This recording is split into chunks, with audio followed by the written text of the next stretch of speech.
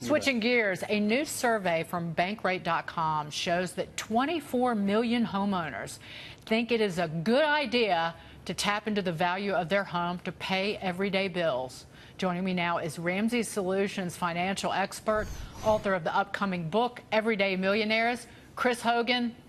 Chris, always great to see you. Let's start simple. Is this a good idea? Dagan, it really isn't. I mean, the American dream is to buy a home and own it. The last thing you want to do is to treat your house like an ATM by pulling out equity. And so people don't need to tap into equity. They need to tap into a plan that will actually help them. They need financial help. This is a cry for help. And so I want to guide people to help them acknowledge what they need to do. Getting on a budget, getting serious about attacking debt, and slow down. We get so impatient that we're willing to grab whatever's available when we think it's a solution. And tapping into your equity is not a solution, it's actually a trap. Chris, hi, this is Jason Chaffetz. The question for young people, such as my kids, as they start to get into the market, when do they actually make that transition? Instead of renting, do they actually go in and say, we're actually going to buy something? What is that point in which they say, yes, this makes more sense? Well, I think homeownership, regardless of if you're a millennial or a baby boomer, really boils down to, are you out of debt? And I mean consumer debt, credit card debt, car loans, even student loans. And do you have a 3 to 6 month emergency fund in place? And do you have a down payment? That's the criteria for me, for people that are trying to buy a home and to do it the right way. Those 3 keys are the crucial steps to take. Chris, by the way, Bankrate did say that of those surveyed, it was millennials felt the strongest about this being okay. James Freeman, you have a question for Mr. Hogan. Yeah, thanks. As far as when it is maybe okay to tap into the home equity, do you recommend it for people looking to pay for college for their kids or no?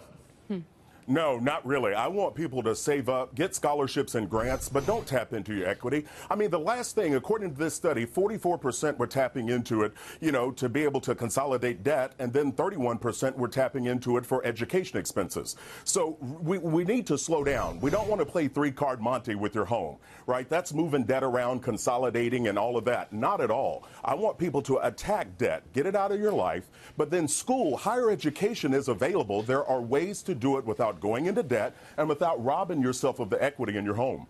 You're asking people to make a lifestyle change, though, Chris. It's if you become accustomed to spending a certain amount of money, going out to eat a certain number of times, whether it's every week, every month, that is an incredibly tall order. It is, Dagan, and you're right. It is about lifestyle because it's about choices. I want people to learn from my mistakes. I did home equity loans. I did that thing years ago. And that's why I'm guiding people on the Chris Hogan Show. I want them to know the truth. I don't want them to make the same mistakes that I made. And when you understand your options, you can make better choices.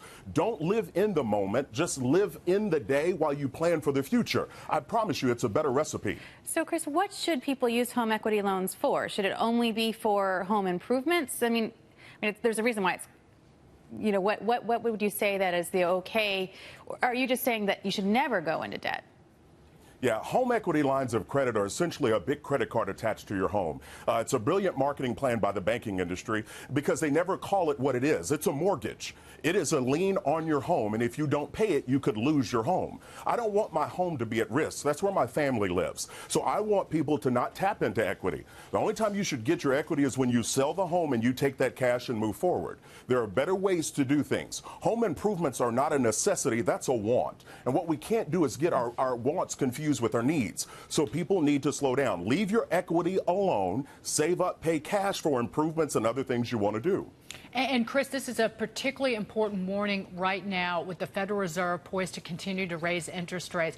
Very often these home equity lines of credit are much more, there are adjustable rate mortgages, if you will, adjustable rate loans, and you could see your monthly payment go up significantly and not expected in a way that it doesn't really happen with longer fixed rate mortgages. Dagan, you're absolutely right. And we've already shown, studies have shown that 80% of people are living paycheck to paycheck. So now all of a sudden, if your payment goes up $200 to $300, we have a serious crisis going on in America. And you're right, home equity lines are typically adjustable rate mortgages. That means the rate's going to adjust. And guess what direction it always adjusts? It goes up. that means there's more money coming out of your budget. So I want people to see debt for what it is. It steals from you now, but also from your future. Stop adding risk in your life. Get risk out of your life by getting out of debt. And Financial Peace University is a way that they can do that. Chris, great to see you as always. Chris Hogan, take care.